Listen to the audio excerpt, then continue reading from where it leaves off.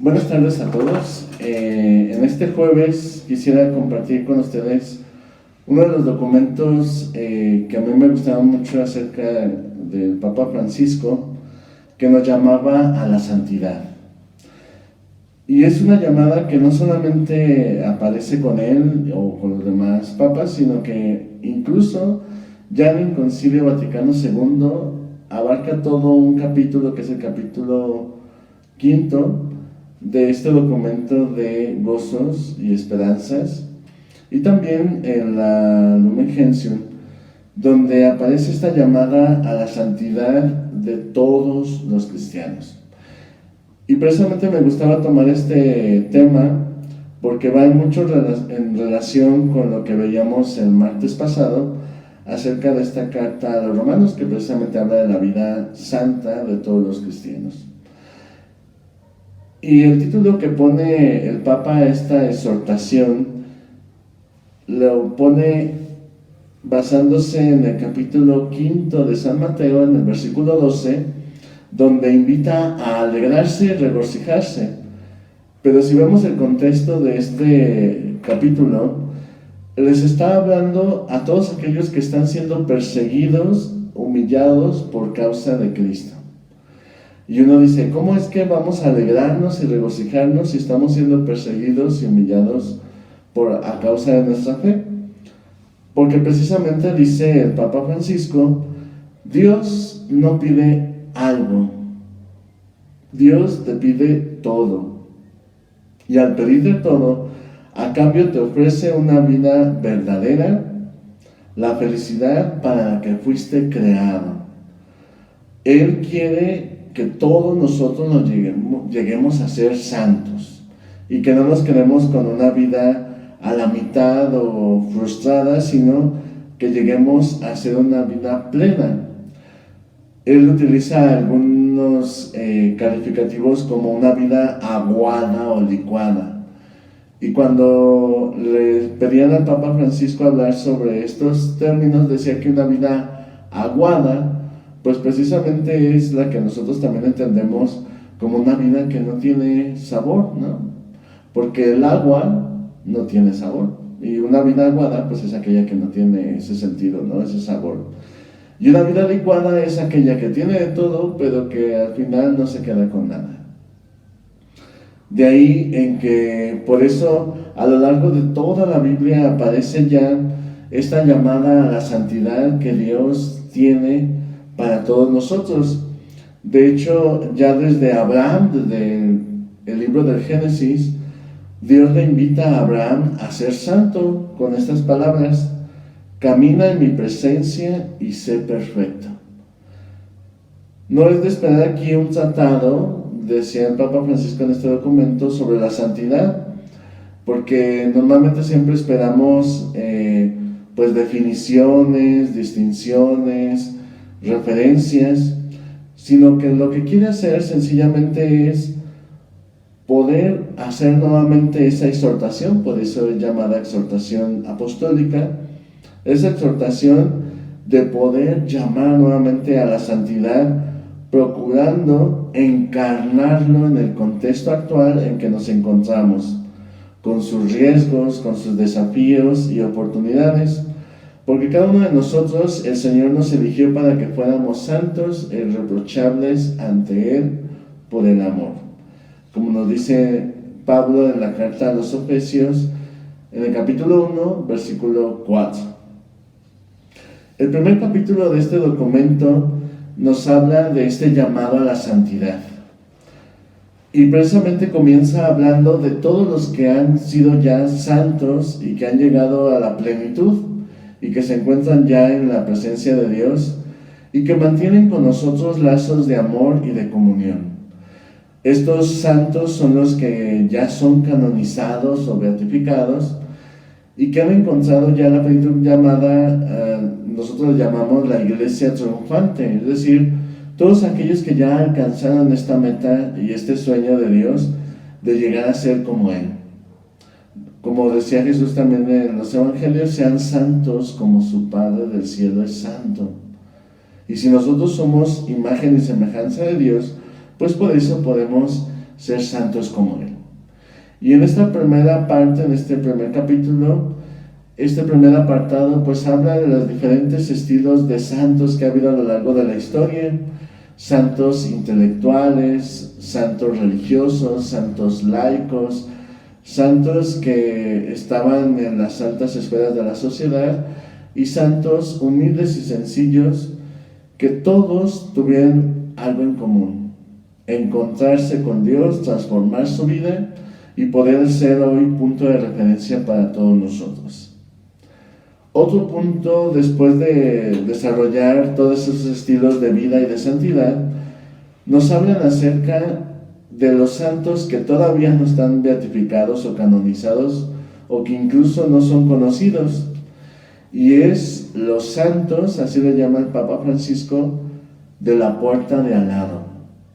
Hay tantas personas en nuestro mundo, incluso en nuestra propia colonia, dice él, que con su vida y testimonio son puntos de referencia de santidad y que están a nuestro lado y que incluso no tienen su fiesta patronal, no hay ninguna iglesia dedicada a ellos, pero que llevan una vida conforme al proyecto de Dios.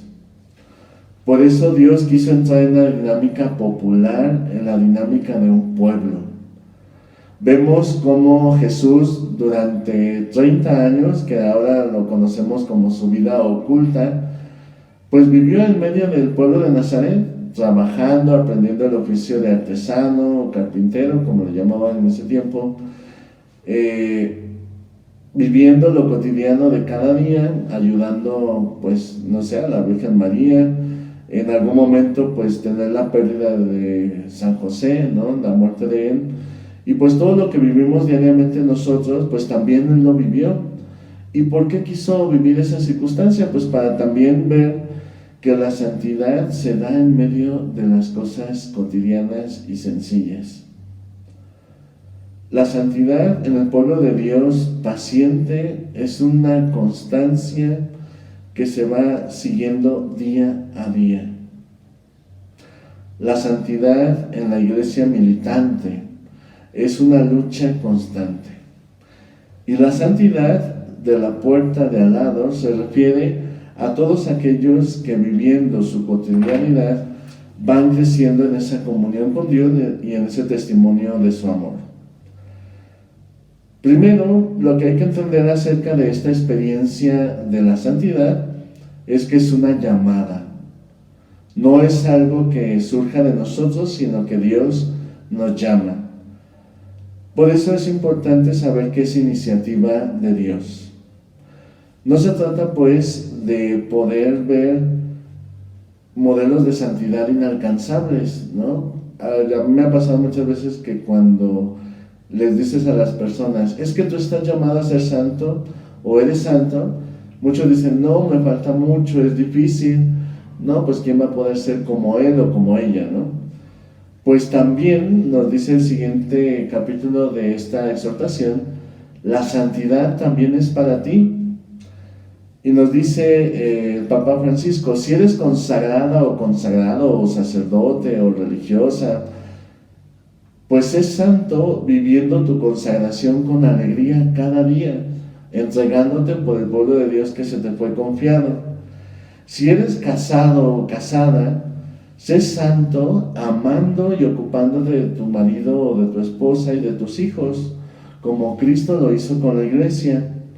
Si eres trabajador, pues sé santo cumpliendo con honradez y con competencia tu trabajo al servicio de tus hermanos. Si eres padre, abuela, abuelo, sé santo enseñando con paciencia a los niños a seguir a Jesús.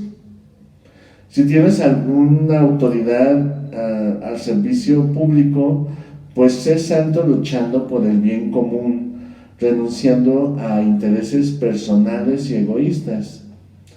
Por eso es que la iglesia es santa, compuesta por pecadores. Encontrarás en ella todo lo que necesitas para poder crecer en la santidad. ¿Cómo se vive y se alcanza esta santidad o cómo podemos desarrollarla nosotros? Primero, cada santo tiene una misión específica. es un proyecto del Padre para reflejar y encarnar en un momento determinado de la historia un aspecto del Evangelio. Dice que la santidad no es sino la caridad plenamente vivida, decía también Benedicto XVI. Pues es muy importante saber que la misión que cada uno de nosotros tiene es única e insustituible, por lo cual es muy importante descubrirla para poderla realizar en el mundo. ¿Qué es lo que santifica o nos hace santos? Principalmente dos elementos importantes: la oración y la acción. Porque como sabemos, la santidad no es algo que solamente nosotros podemos, sino que necesitamos de la ayuda de Dios. Y segundo, no solo la santidad se alcanza con pura oración o con puro silencio, sino que también con gestos de actividades concretas, donde podemos manifestar públicamente ese amor a través de nuestras acciones. Es por eso que el silencio no nos tiene que llevar a rehuir del encuentro del otro, ni tampoco el descanso nos tiene que llevar a rechazar la actividad. Buscar la oración y menospreciar el servicio sería algo contradictorio. Por eso es importante que estos dos elementos estén unidos, la oración y la acción. Por eso no tengamos miedo a ser santos. Quizá puede ser que sintamos que nos falta mucho, que no tenemos la fuerza, la energía o la vida necesaria para poderlo llevar a cabo, pero precisamente estamos en los elementos básicos para poder realizar esta experiencia que Dios nos quiere regalar. Por eso todo este primer capítulo, con todos estos temas, nos están hablando acerca de esa invitación a no tener miedo a llegar a lo alto, a la plenitud. Por eso necesitamos dejarnos guiar por el Espíritu y poder alejarnos de la tristeza más grande que existe. Decía León Bloy, solamente existe una gran tristeza en la vida y es la de no ser santos. En el capítulo 2 de esta exhortación nos habla de los dos enemigos sutiles que encontramos en el mundo actual que nos impiden llegar a la santidad. La primera de ellas es lo que se llama la doctrina de la predestinación. Es decir, tú nunca vas a cambiar, naciste así y así vas a terminar. O lo contrario, no, pues tú como ya tienes todo ganado, pues ya no necesitas hacer más, ya eres santo, ¿no? Entonces, estos dos elementos importantes pues nos llevan a poder crecer precisamente en la santidad, porque como decían muchos santos, no hay ningún pecador que no tenga futuro, ningún santo que tenga pasado, ¿no? Es decir, necesitamos saber que podemos llegar a esa experiencia, ¿no? Y otro de los enemigos principales que encontramos en el mundo actual es el pelagianismo, en el cual todo lo basa en la voluntad humana. Si tú quieres ser santo, pues ya tienes que ejercitar todos los días sin la ayuda de Dios. Y eso tampoco es. No solo por la propia voluntad podemos llegar a ser santos, necesitamos de la gracia también de Dios. Por eso San Agustín lo resume en su libro diciendo: dame lo que me pides y pídeme lo que quieras. Porque solamente con la gracia de Dios y con nuestra ayuda y con nuestras capacidades, unidas las dos, podemos alcanzar a vivir esta experiencia de la santidad. El capítulo 3 nos lleva a responder a esta pregunta: ¿cómo se hace para llegar a ser santo? Y la respuesta es muy sencilla: ve a la luz del Maestro. Es decir, Jesús nos presenta todo un itinerario para poder alcanzar la santidad, que son las bienaventuranzas. Ir contracorriente del mundo.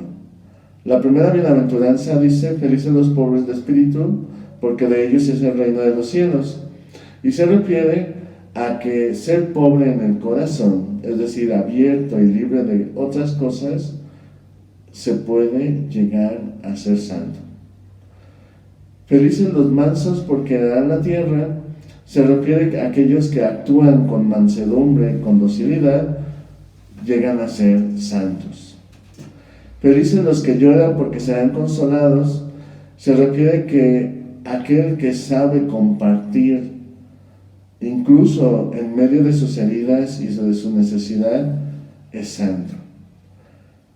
Cuando habla de ser felices, aquellos que tienen hambre y sed de justicia, son aquellos que buscan la justicia, tanto propia como las de los otros, a la luz de la palabra de Dios, y por eso son santos.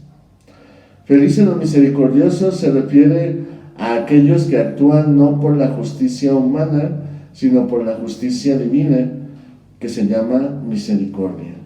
Aquellos que son capaces de perdonar. Ahí se vive la santidad. Felices los del corazón limpio, porque ellos verán a Dios. Es la intención de poder limpiar el corazón de todo aquello que puede manifestar de manera clara el amor de Dios. Y ahí se vive la santidad. Felices los que trabajan por la paz, pues son todos aquellos que aún en medio de la dificultad o la persecución son signos de comunión y de paz en medio del mundo y crean la reconciliación. Ahí son santos. Y finalmente dice: felices los perseguidos por mi causa, porque de ellos será el reino de los cielos. Es decir, no hay mayor alegría y mayor gozo que poder ser perseguido a causa de nuestra fe, porque lo contrario sería ser perseguido por causar el mal. Por eso la mayor alegría está en hacer el bien, incluso aunque eso te traiga calumnias, falsedades, persecuciones. Aceptar cada día el camino del Evangelio es un camino hacia la santidad. Por eso es que Jesús en este capítulo 25 de San Mateo, del 35 al 36, nos hablará acerca del juicio final. Y precisamente uno de los puntos principales acerca de este juicio lo resume él en el juicio del amor. Porque Jesús llega a decir: tuve hambre y me diste de comer, tuve sed, me diste de beber, fui forastero y me hospedaste, estuve desnudo y me vestiste, enfermo y me visitaste, y en la cárcel y viniste a verme. Por haber hecho, participa ahora y entra al gozo de tu Señor, ¿no? ¿En qué entonces nos quiere decir esto? Que todo el camino de santidad está en vivir en el amor y manifestarlo a través de nuestras acciones concretas de cada día. Es por eso que por fidelidad al Maestro hay que reaccionar desde la fe y la caridad y reconocer en él a un ser humano con mi misma dignidad, a una criatura infinitamente amada por el Padre. Eso es ser cristianos. Las ideologías que mutilan el Evangelio y que a veces llevan a errores es cuando quitan solamente una parte y se quedan con otra. De ahí el porqué que uno de los elementos principales que causan esa crisis es el relativismo, y también que llevan a una falta de compromiso. Es decir, solamente me quedo con la parte del Evangelio que me hace sentir bien, tranquilo y en paz, pero todo aquello que me lleve a comprometerme, a transformar y luchar por crear el reino de Dios, lo desecho. Por eso es muy importante saber y reconocer que el Evangelio es uno. Y de ahí el por qué el Papa Francisco nos recomienda releer con frecuencia estos grandes textos bíblicos de las bienaventuranzas, porque precisamente nos llama a ir contracorriente de las principales propuestas que encontramos en el mundo. El capítulo 4 nos habla acerca de los elementos que nos van a ayudar a vivir esta santidad. Como decíamos, la santidad la vivimos en la iglesia militante, Y como su nombre mismo lo dice, es una continua lucha y combate. De ahí nos dice el Papa Francisco que tenemos muchos medios que nos van a ayudar para poderla vivir y poder llegar hasta el final en este camino, que son la oración, los sacramentos de la Eucaristía, la reconciliación, porque aunque caigamos, aunque seamos frágiles, este sacramento nos ayudará a levantarnos y a poder continuar nuestro camino. También los sacrificios que podamos ofrecer cada día, las diversas formas de devoción, el rosario, la liturgia de las horas, la dirección espiritual y tantos otros medios que también nos ayudan en ese camino de santidad, nos llevarán a vivir con paciencia, con mansedumbre, con alegría, incluso con audacia, con fervor, en comunidad, en oración constante. Incluso el Papa hablaba, incluso vivir con humor. Ahí saca este elemento que no sé si todos conozcamos, la historia de este gran santo, San Lorenzo Diácono, que es un santo muy representativo de esta parte del humor o el sentido de humor, ya que comentan que cuando él fue martirizado, bueno, tomado preso y después martirizado en una hoguera, decía a los que lo estaban martirizando que al tenerlo ya durante mucho tiempo a la hoguera, le voltearan del otro lado para que se quemara ya completo, ya que estaba solamente quemado de una parte, ¿no? Y este sentido de humor, aún en medio de una situación tan dura y tan difícil como vivir ese martirio, nos llama que la santidad va más allá de no solamente ser un santo triste, porque precisamente que lo que distingue a los santos es la alegría. De ahí el que, aunque estemos en un combate constante, nos dirá en el capítulo 5, es necesario que esa fuerza, esa valentía, esa resistencia y esa constancia ante las tentaciones del diablo, podamos saber que tenemos a alguien que ya venció y que precisamente es nuestro modelo a seguir, que es Jesús. Si Él venció, también vencerá en nuestra vida todas estas acechanzas y circunstancias que nos pueden separar de este proyecto que Dios tiene para nosotros, que es la santidad. De ahí el que podamos tener en cuenta dos elementos importantes. Estamos en combate y el otro punto es la vigilancia y el discernimiento. El combate es porque cada día nos encontramos en lucha. El diablo buscará por todos los medios llevarnos a la mediocridad, al no compromiso y a la tristeza, presentándonos diferentes propuestas para desviarnos del camino de la santidad y llevarnos por nuestra propia fragilidad y también por nuestra tensión hacia la concupiscencia, las propias inclinaciones hacia el mal. De ahí el que también cada día sepamos que estamos en lucha constante y que es una lucha espiritual. Por eso es importante todos esos medios que mencionábamos para poder vencer en esta lucha. De ahí en todas esas armas que ya nos presenta también Pablo en sus cartas para poderlos vencer, empezando sobre todo la fe que se expresa en la oración, la meditación de la palabra de Dios, la celebración de la Eucaristía, la adoración eucarística, la reconciliación sacramental, las obras de misericordia, la vida comunitaria y el empeño misionero. Es curioso que precisamente en este combate no estamos solos. Por eso, cuidado con ir solos en este camino. Necesitamos de nuestra comunidad para poder continuar hacia adelante. Y el otro elemento importante es que estamos en en la vigilancia y en el discernimiento. El discernimiento no solamente es un elemento que necesitamos tener presente en elementos principales o extraordinarios para poder tomar un estado de vida, poder vivir y superar una circunstancia difícil.